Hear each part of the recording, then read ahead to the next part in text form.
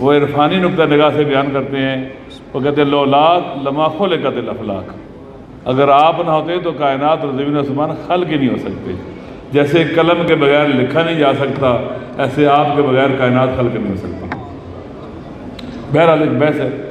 تو ہم خوش قسمت ہیں کہ اللہ نے ہمیں اپنے آخری نبی کی امت میں سے قرار دیا، اور ایسی امت جو عظیم ذمہ داریوں کی حامل ہے.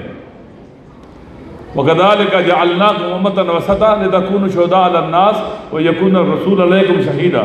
ہمیں امت وسط قرار دیا گیا، امت شہید قرار دیا گیا، جس کی بڑی ذمہ داریاں ہیں. تمام انبیاء کا سلسلہ چلتے چلتے انہوں نے قربانیاں دیں، وہ شہید ہوئے، بالآخر وہ وراثت اور میراث کن کے پاس آئی؟ آخری نبی کے پاس. اور یہ امت امین ہے، ذمہ دار ہے اس ساری میراث کی، ان سب زحمتوں کی اور محنتوں کی.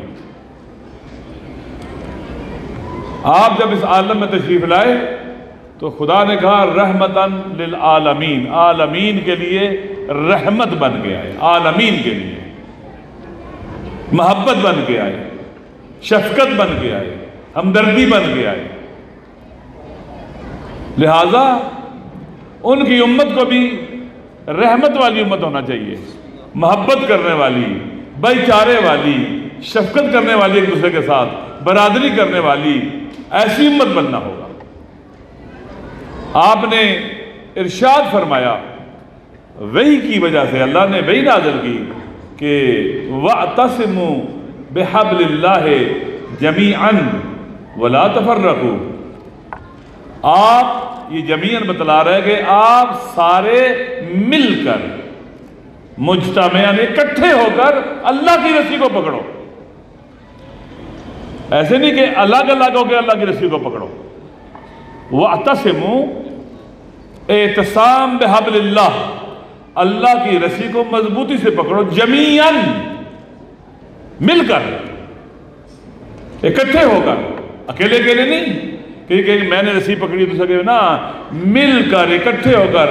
خالق کائنات اپنے حبیب کے ذریعے اعلان فرما رہے ہیں کہ وہ آپ کو وحدت کی شکل میں دیکھنا چاہتے ہیں. اللہ کی رسی وہ تسبیح کا دھاگا ہے جس کے اطراف میں آپ نے اکٹھے ہو جانا ہے، تسبیح کے دانوں کی طرح. یہ فعل امر ہے، یعنی واجب ہے، فرض ہے، لازم ہے مل کر اللہ کی رسی کو پکڑنا اور مضبوطی سے پکڑنا.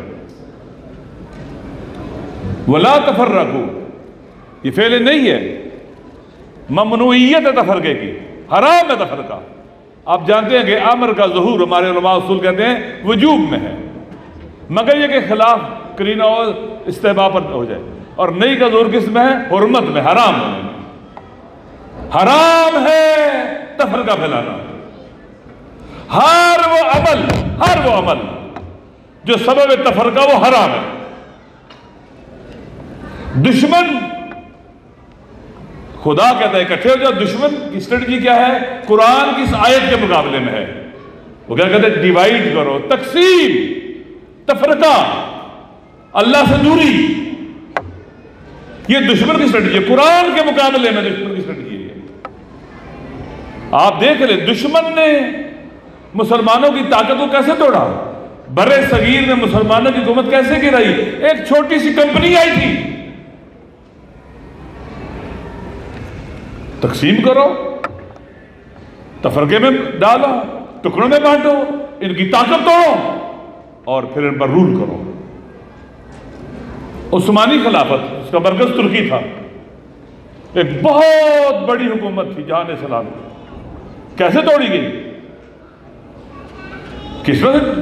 ٹکڑوں میں بانٹا گیا، چھوٹے چھوٹے ملک بنا دیے گئے تاکہ مسلمانوں کی طاقت ٹوٹ جائے. دشمن نے ڈیفرنٹ فالٹ لائن بنائی، فرقہ وارانہ، مذہبی، مسلکی فالٹ لائن، لسانی فالٹ لائن، علاقائیت کی بنیاد پر، قومیت کی بنیاد پر ڈیفرنٹ فالٹ لائن بنائی. کہا تم فارس ہو، تم عرب ہو، تم کرد ہو. پھر عربوں میں کہا تم افریقی ہو، تم غیر افریقی ہو. پاکستان کے اندر فالٹ لائن بنائی گئی، تم شیعہ سنی کی جو خوبصورت گلدستہ بن سکتا تھا نفرتیں پھیلا کر ایک فالٹ لائن بنا دی گئی. علاقائیت، صوبوں کے درمیان نفرتیں پھیلا کر ایک خوبصورت گلدستے کو ٹکڑوں میں بانٹ دیا گیا اور کانٹوں میں تبدیل کرنے کی کوشش کی گئی. دشمن کامیاب ہوا ہے ماضی میں تفرقہ پھیلا کر، تقسیم کر کے. انقلاب جب آیا، امام خمینی قدس سروں نے اعلان کیا شیعہ سنی عبادت کا اعلان کیا، اکٹھے ہو جاؤ. اس کا مطلب یہ نہیں کہ سنی شیعہ ہو جائے یا شیعہ سنی ہو جائے، نہیں، مشترکہ دشمن کے مقابلے میں اکٹھے ہو جاؤ. مجھے ایک بزرگ عالم کی بات یاد آتی ہے، پہلے دشمن کو شکست دے لو، اس کا مقابلہ کر کے اس کے منصوبوں کو ناکام بنا دو، پھر آپس میں فیصلے کرتے رہنا.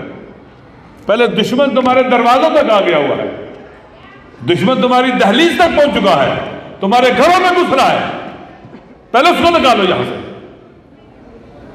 لہذا آپ دیکھ لیں، دشمن نے ہمارے اندر سے ہی داعش بنائی، ہمارے اندر سے ہی دہشت گرد گروہ بنائے، ڈیفرنٹ نام دیے ان کو. کس کے خلاف؟ مسلمانوں کے خلاف. وہ صرف شیعوں کے خلاف نہیں تھے، نہ مسلمانوں کے. انہوں نے اہل سنت کو اہل تشیع سے زیادہ مارا ہے، زیادہ قتل عام کیا ان کا. کہاں سے نکلے؟ مسلمانوں کے اندر سے. کئی اہداف تھے اس کے، کئی اہداف تھے. مسلمانوں کی طاقت کو توڑنا، نفرتیں پھیلانا، ان کو کمزور کرنا اور پھر مرول کرنا.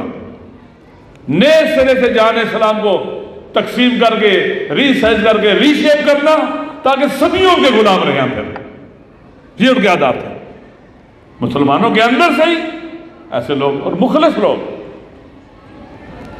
ایک بزرگ عالم دین سے میں نے انہیں کہا کہ اللہ اکبر کہہ کر کیسے جان دیتے ہیں، کیسے ان کی موٹیویشن کی گئی ہے، کیسے موٹیویشن کی گئی ہے. کاش ان میں شعور ہوتا تو یہ اسرائیل کے خلاف استعمال ہوتے، اسرائیل کے خلاف قدم اٹھاتے. شعور ہی نہیں، بے شعور لوگوں کا ٹولہ، احمقوں کا ٹولہ. لہذا دشمن یہ کام کر رہے ہیں. ابھی پاکستان کے بارڈر کے اس طرف ایسٹ ترکمن اسلامک مومنٹ وہاں موجود ہے، جنہیں ابو غرض کہتے ہیں.